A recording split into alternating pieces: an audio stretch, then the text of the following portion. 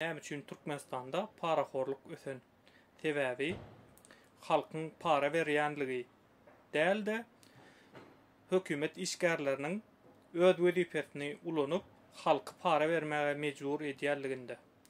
Meselem, bir hökümet edarasyna garawul bolup işe yerleşmäne barsaň, işe almaýandygyny aýdýarlar.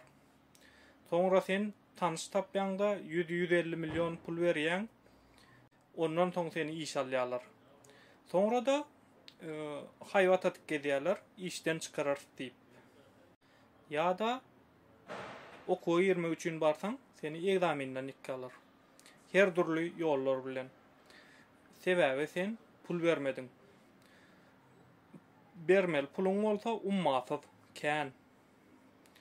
Şeýlelik bilen sen işsiz, pulsuz, hünärsiz ýurtdaşyna gitmäne mejbur boldun.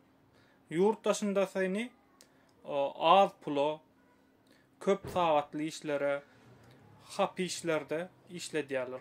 Ödem seni bir kiçeldip üstüňden gülüp gedýärler. Paraxor hökümet biziň ömrümizi kül etdi. Paraxor hökümetiň işçileri, ýene hökümetde işleýän adamlar, şu suratda görýändiňiz. Şol adamlar